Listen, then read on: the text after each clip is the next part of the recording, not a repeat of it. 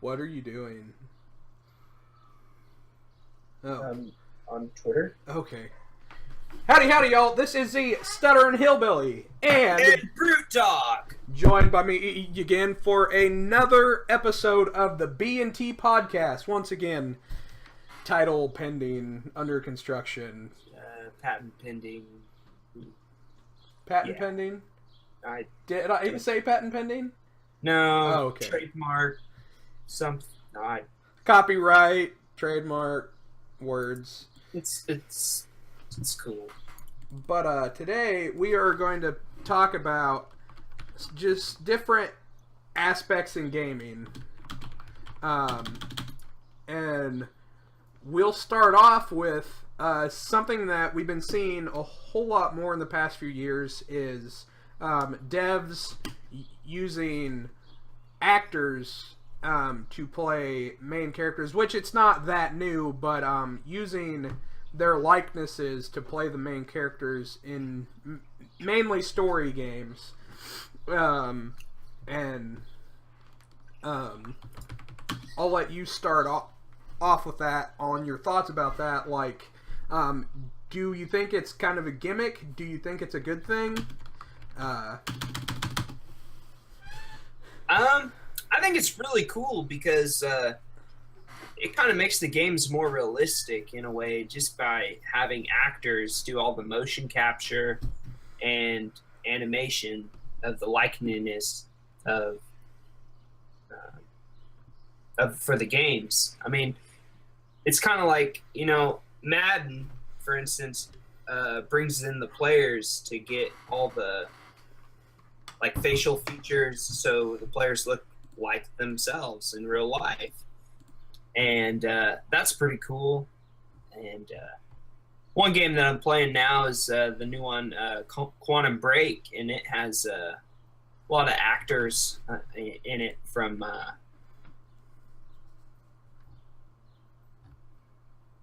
what are you doing?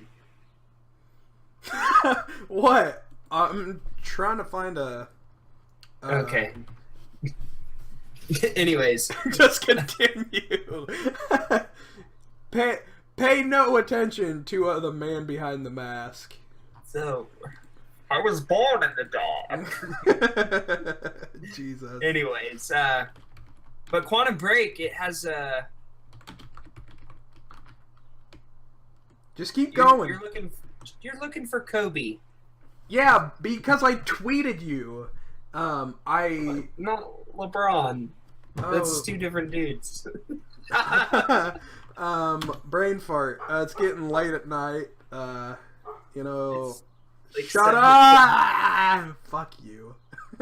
Anyways, Quantum Break. It's using Iceman, the actor that plays Iceman from X-Men in the game, is the character. And Merry from Lord of the Rings as his brother, which is really cool. And another game that's kind of like that is Until Dawn, which is a PS4 exclusive. It had Hayden Panettiere in it. It was quite a looker. She really I might is. add. She's very smoking hot. Very good looking. Now, back on the Kobe subject, just, how people's likenesses in games, let's see if I can get this to work right. Maybe.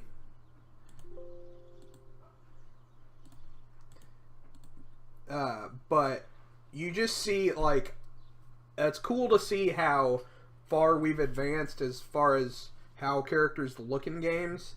Kobe Bryant, this is his last year, right? 2 games left, yep. Two for games the Lakers. left. And he is... I'm struggling to pull up a picture. I might add that post. But I'm going to put up on the screen a comparison of what Kobe looks like, in his first game that he was in, in 1997 for the Sega Genesis and the Super Nintendo. Oh, NBA Live 97. Yeah. And then what he looks like in today's most recent 2K game.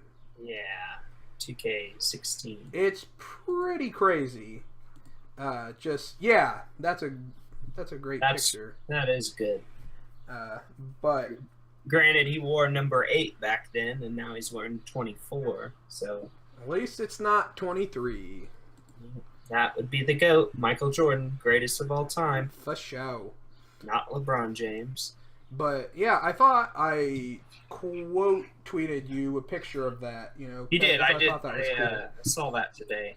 I believe that was a World Star Vines. Yeah. World Star Vines. That's what it was. Not World Star Hip Hop Fights. Yeah. No big deal. But if you're getting your butt kicked and someone yells World Star, it's about to go down. It's going down. You might as well just be like, roll over and get in the fetal position. Because you're going to be on a viral video. But back to games that use actors. You had mentioned Quantum Break and The Last of Us. Not The Last... Well, The Last of Us 2, actually. Bring up the list. The list... what other games?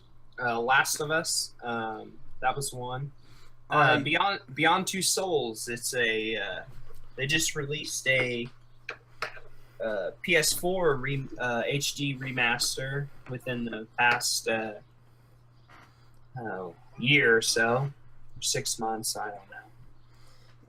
And it had William Dafoe, who was the Green Goblin in the great Tobey Maguire Spider-Man movies. I thought we got over this, man. Yeah, it's all good. Tobey Maguire was not a good Spider-Man. He was kind of a nerd. Yeah, he was something. He was something. Anyways, William Dafoe, Green Goblin. And then there's Ellen Page, who was in the movie Juno. Yep. And she is in Beyond Two Souls, which was a really good game. Another story-based game. Really enjoyed that one.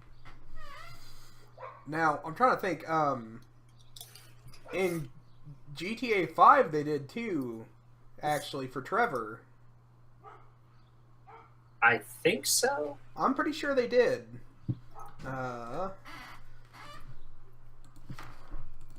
Let me bring that up. Because I'm pretty sure they look... Yeah. They look pretty similar. Well, kind of. Yeah, that guy has a big porn stash. He really does. Yeah. But he plays... That's not the guy who plays the cop in Arrow, is it? No, it's not. No way. Stephen Ogg. He was in Alone in the Dark, which was not a very good game either. It really wasn't. The old game was kind of good, but... But yeah, so I would agree that it's a good thing. Like, I can definitely see that using mainstream actors' likenesses in games is kind of a marketing tactic to bring in a wider audience. But I wouldn't say it's a bad thing, It's just bringing it one step closer to that, real life stuff. Like, the cutscenes look fantastic with this next-gen stuff. Oh, yeah. But I don't believe The Last of Us didn't do the character modeling with actors. They did use voices, though, I believe. Yes. Yeah. But another new kind of fad with games today that we're starting to see more and more is games that come out in chunks. Episodic games. Yeah. Mainly in story-ish games, like, it's not that rare for mainly Telltale games which it makes sense. And Square did with what was that game that you just played? Oh, Life is Strange. Life is Strange. Yeah, very, very good game. And currently upcoming within some time, because Square takes ages to make games, the remake of Final Fantasy VII is going to be in segments like that. But they say that each segment will be as big as the ever so terrible Final Fantasy 13. Each chunk will be a full-size game, they're saying. Which is cool, but once again, I see the marketing tactics of not giving us everything at once to keep people coming back for more. Yeah. What are your thoughts on this? Well, I mean, it's going to give people a chance to just play it on their own time instead of just beat it in one setting.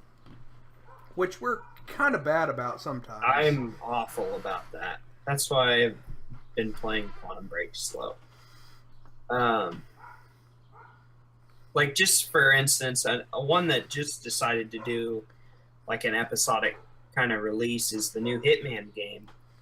And it's just weird how they're distributing that. They have like an intro pack that you can buy for like $15, or you can buy basically the entire game, which is like a season pass, for $60.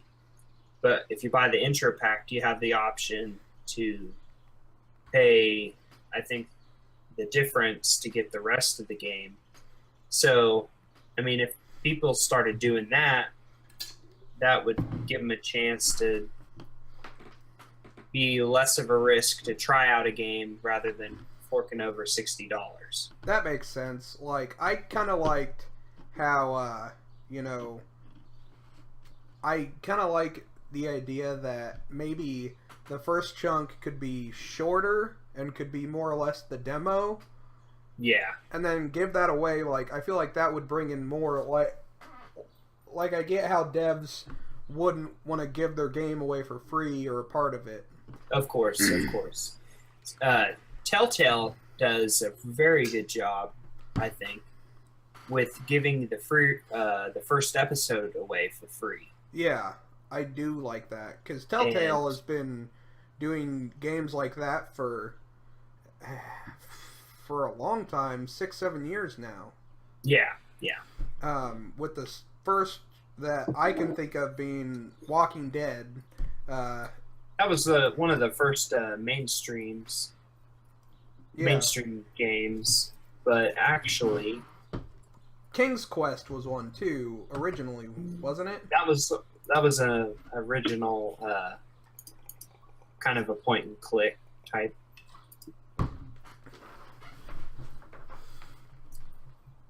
But so would you say that this kind of method should remain within a certain genre of games, like story games, or kind of more or less a Telltale, and Life is Strange is kind of the new age version of the books from our youth, where it was a pick your own adventure. Yeah, that has a lot to do with it. Yeah, it's just nice to not have to read a page and then, okay, so if you pick to fight the dragon or run away like a little bitch, flip to this page. It's cool because you see those kinds of choices in Quantum Break, right? Yeah, you do. And then something I like at the very end of a chapter or an act is it compares your choices with the online community. And I really enjoy that. Like, it gives you a sense of kind of immersion with who all's playing the game. Like, it's like, yeah, did I make the right choice, or am I a sick person because I let this person die? Oh yeah, but that character was annoying, so he had to go. It's like, until dawn if you decide to go through and kill everybody. Let everyone die. I still need to do that. I need to do a second playthrough and have everybody die. Just I think it's be like, the biggest dick. Yeah, I think it's like a gold trophy too for if you follow PSN trophies. I mean, why would you want to make everyone live when half the characters are douchebags? Yeah, they're terrible people. Terrible, terrible people. Yeah. Except for Hayden. She's very cute. She's very. Now, this is a good time to bring up another sponsor.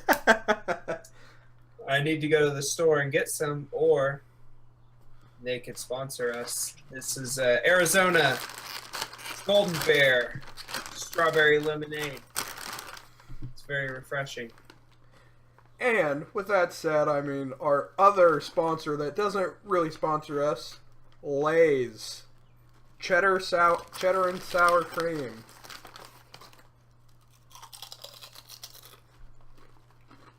Yeah, that chip crunching is pretty loud. Okay. Can't really think of any other actors in any video games, but yeah. I can't either. But I guess the next topic is we haven't seen a whole lot of it yet, and I know that neither you nor I have tried this method yet, is the increase in VR gaming. It's kind of a new thing with the release of the HTC Vive, the Oculus Rift, which has been out kind of for a while in dev packs. What are other things Sony's working on? Just I think Sony VR or something. Now, do you think it's kind of a fad, or do you think this is the next step in gaming, or? I think it's going to be, it's not just going to be a gaming thing. I think it's going to be just a new thing as a whole, because, I mean, it's going to revolutionize just the way you play games now. I mean, you're going to experience it by sight rather than just on this TV screen. It's just, you're going to see it up close and personal. So I agree with that. Now, I would definitely say that, it's kind of a gimmicky thing, when you don't apply much thought towards making apps or games with it. Yeah. Like, as long as they're not making it like games that you see in theaters or arcades or something where it's just like House of the Dead 14, or it's just essentially it lets you spin freely and you're on rails shooting random shit. Yeah. I always enjoyed rail shooters. I did, but at the same time, it's like, now that I'm older, I see this is kind of easy as far as making it, Oh, yeah. I mean, it's just stationary background and just sprite comes up. Yep. Okay. But one thing I am stoked about is is the possibilities that could come with VR gaming. I am an avid fan of RPGs and whatnot, and if they could get to a point where it's fairly realistic, similar to the old shows, the Dot Hack series, Sword Art Online, Tron, even sorta, it's kind of along the same thing, but and the book that came out almost 2 years ago, I guess, Ready Player One, a massively multiplayer online RPG, where it's VR, it's fully immersive. would be so much fun, and I would probably say goodbye to my social life. But in Ready Player One, it transitions not just to gaming within the world that they can dive into. I think they called it the full dive system, didn't they? No, that's a TV show. But their senses and their actions and their visual were all within the game, and they used it for school, for gaming, like just the opportunity to have a game be that real would be so much fun. I totally agree. It'd be a very good time. Probably meet a lot of cool people doing it too. Yeah. Now, would you say that it was called Oasis. Oasis, yeah. Yeah. It kind of had that Willy Wonka vibe. Yeah, it's like, ooh, come get your golden ticket. And, yeah. The schnozberries taste like schnozberries. Which means penis. I didn't say that. We can bleep that out. Screw it. Yeah. But, so, do you think this will be taking over gaming in general? Do you think it'll all move towards that someday? Or do you think it'll kill off essentially like gaming as we know it today? Or do you think it'll get to a point where, we'll jump in our VR system and go to a literal virtual arcade to play retro games? I don't know. Kind of blank on that one. I mean, I know the console thing is kind of. I'm not saying it's phasing out, but there's a lot more PC gaming. Well, and with that said too, like I really feel like consoles are slowly moving towards PC machines, like. Yeah. But at the same time, like, they'll never hit that point because a high-end PC machine, the hardware involved in it is expensive. Like, the machine I built last fall was probably $1,400 for just the tower. But you can't mass manufacture consoles at that price and expect people to buy them. Like, there's certain niches words of gamers, like PC Master Race, you have those folks that will spend that kind of money to build a gaming machine, and they will be the high-end graphics, they'll look the best. But we are seeing that, I feel like consoles are slowly starting to drive the cost of hardware down because they're slowly trying to make that step towards that. But bringing gaming and high-end hardware towards a much broader audience. I might have just went on a massive ramble that made no sense, but probably.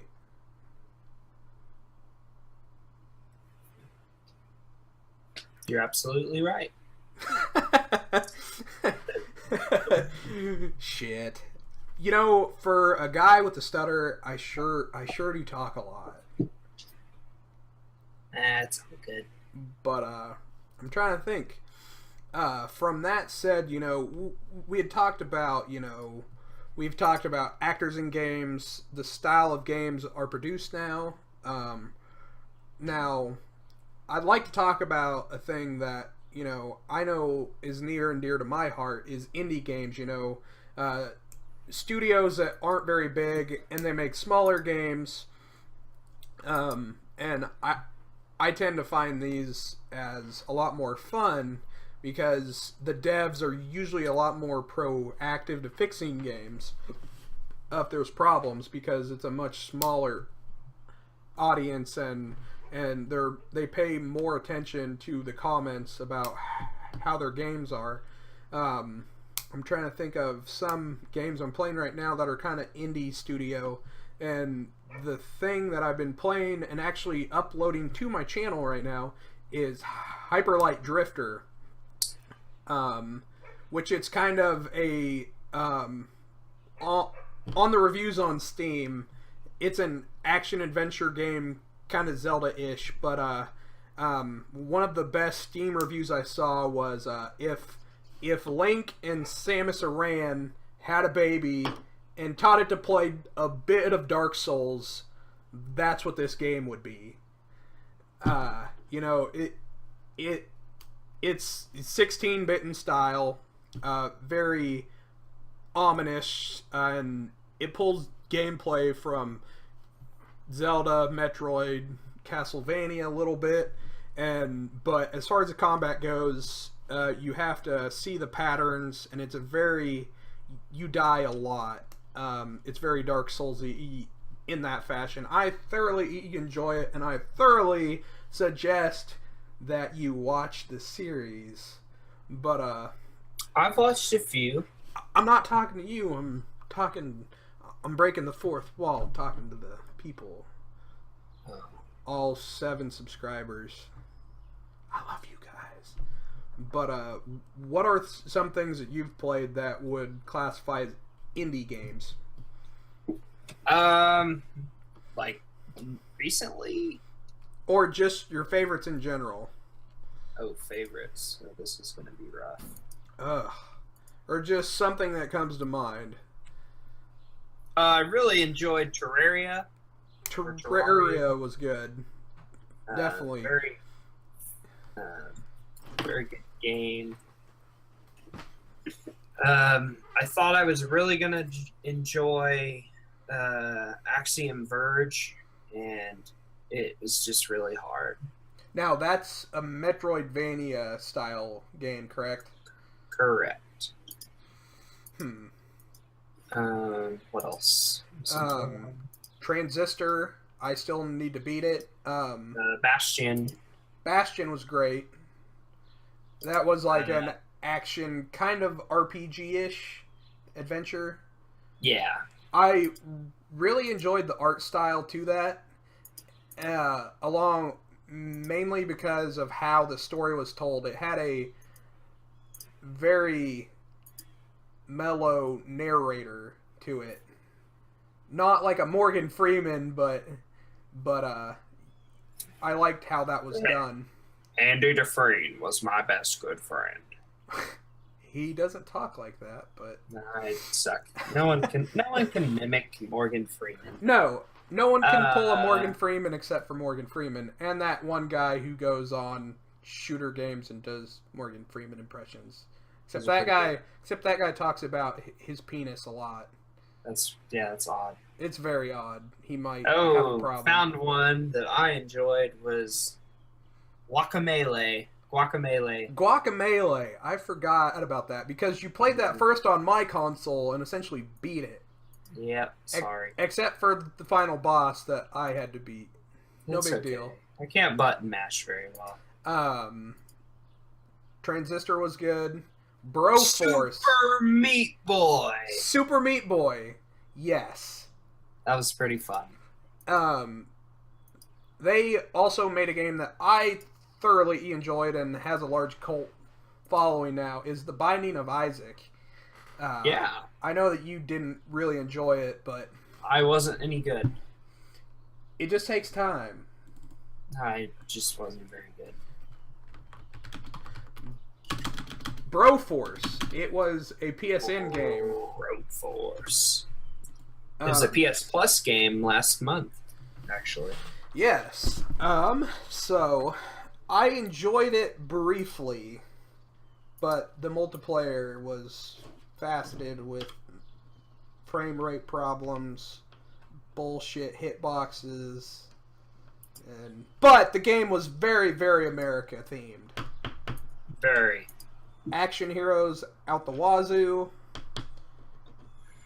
I had another one that I was thinking about, but sorry for the yawn. It's getting late. It's only 7:30.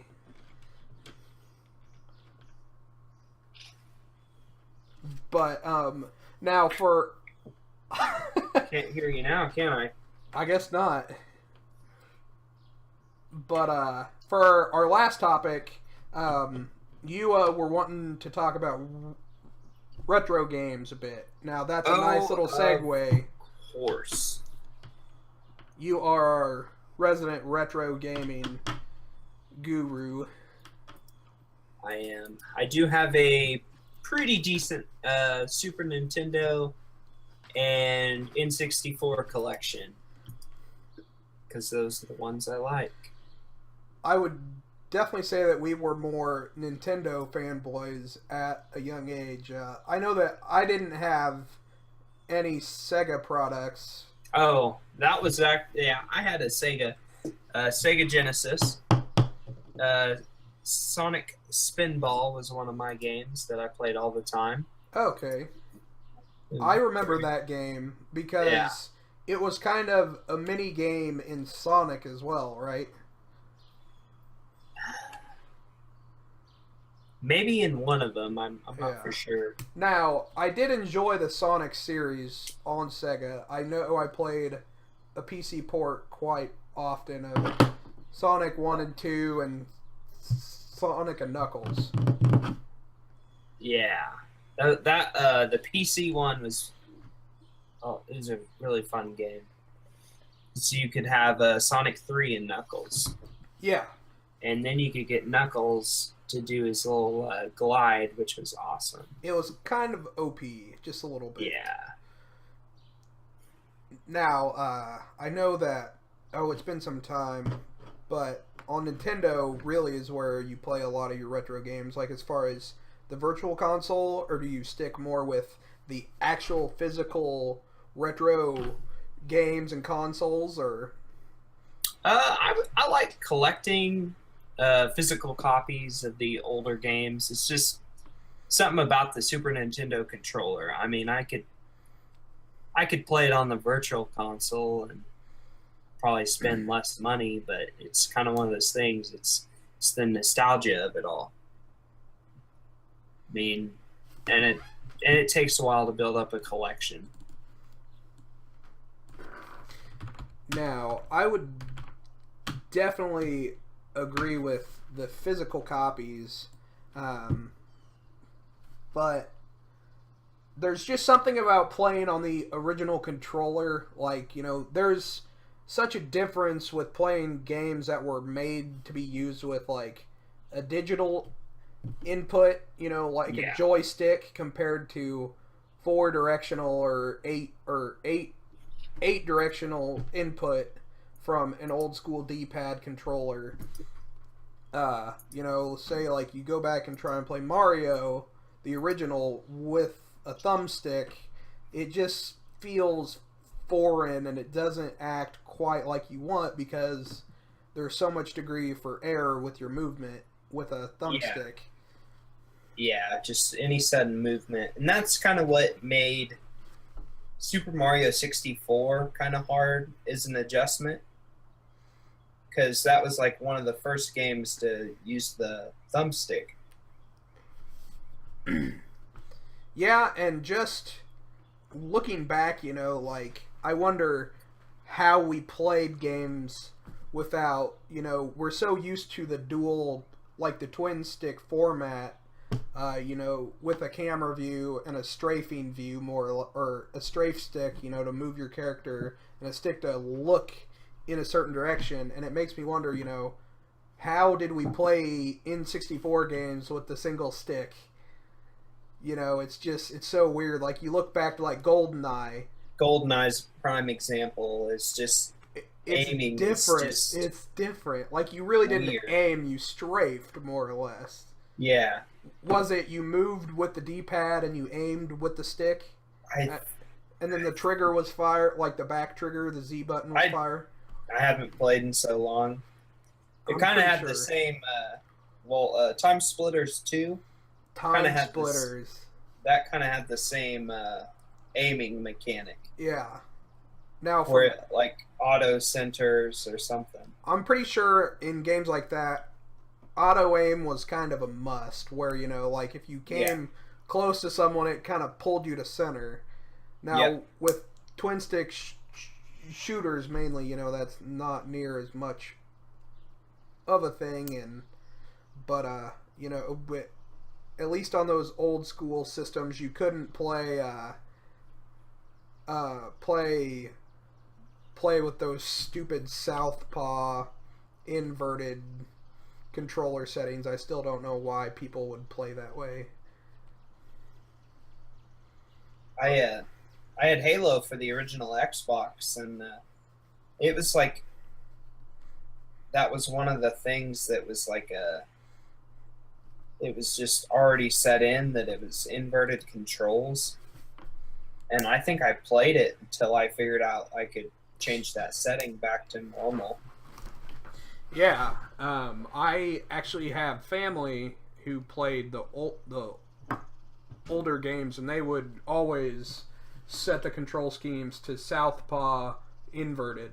So you would look with your left stick and move with your right, which is backwards from most control schemes now. Yeah.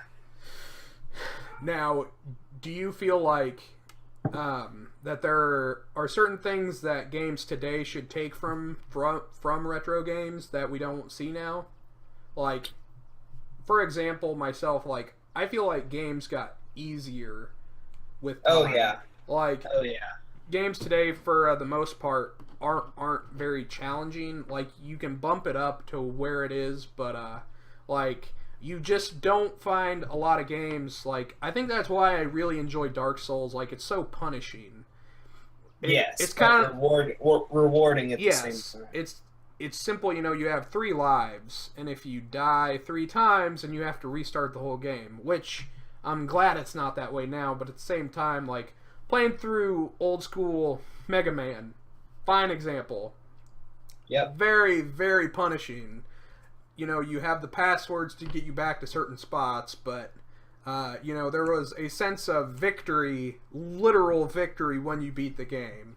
And I think Dark Souls brings that back a little bit, because it's so frustrating, I think, because we got so used to beating games, playing games that were kind of tailored to letting you win. You didn't have to work for it. And so when you play games now, you expect for it to be kind of easy, kind of win. And with games like that, it doesn't. Now, is there something else that you can think of that, old games could pull into new stuff? Or originality would be nice, but I mean, so you're saying that you're sick of seeing sequels year after year? Well, like 20 Final Fantasies. Well, yeah, but they're not really sequels, though. No.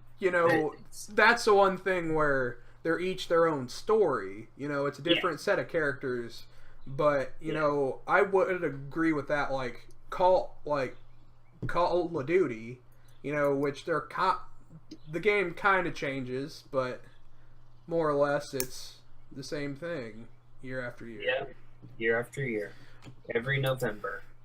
And and I still buy the game. Yep, same here. That's sad. Yeah. It's a vicious circle. It is. It's just like, hello, darkness, my old friend. Simon and Garfunkel. God damn it.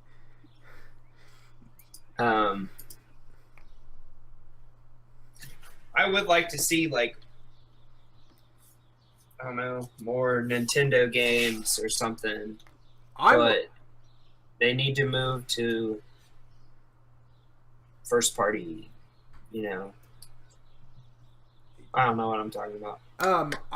I think I get what you're saying. At least this is how I feel about Nintendo. Like, I'm not saying that there's something wrong with Nintendo consoles, but I think that it would benefit them much more to become a first-party developer. Yes. Than to be their own console hardware gurus, because they could develop as many first-party games, and they wouldn't be making as large a cut, because they would have to pay licensing fees to be on the various platforms, but it would be much more beneficial, because I feel like the Nintendo of new is nowhere near the Nintendo of old. Mainly, Yeah. I guess because they didn't have as much competition. They had Sega back, in the day, and old school PCs, the Commodore, Atari, whatnot. But the game has literally changed with today's market with PCs and consoles. And I don't feel like they're keeping up. I get they're wanting to stay family friendly and be original, but at the same time, like, you need to cater to the hardcore gamers too. Cause I want to see a rated M Zelda game. Yeah, I would love that. That would be awesome. With a lot more gore. I mean, Just- a Dark Souls style Zelda. Yeah. Dismembering heads. That would be cool. But still no talking Link except for his yells. Ha! Ha! Hey, listen! Hey, listen! Over here! Put Navy in a bottle and Throw her in the lake. Lake Hylia, man, just gone. On forever. Tie a rock to that bottle, or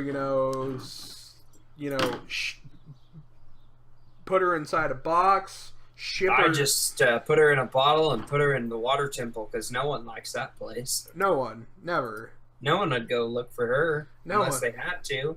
Listen, you gonna learn today, Navi. You gonna learn today. But, but I think that that pretty much wraps up the topics we have up for today. Unless you have something else to add, is there a hidden gem that you're wanting to talk about as far as whether it be a movie or a game or? Well, I don't know. I think we could save that for another episode. All right. Well, in that case, this is the Stutterin Hillbilly And BrutDog. And if y'all enjoyed, please drop a like, comment, subscribe, some hate, whatever. It helps us know that we're not wasting our time. But comments away. Yeah. Until next time. 10-4. Catch you later. Bye.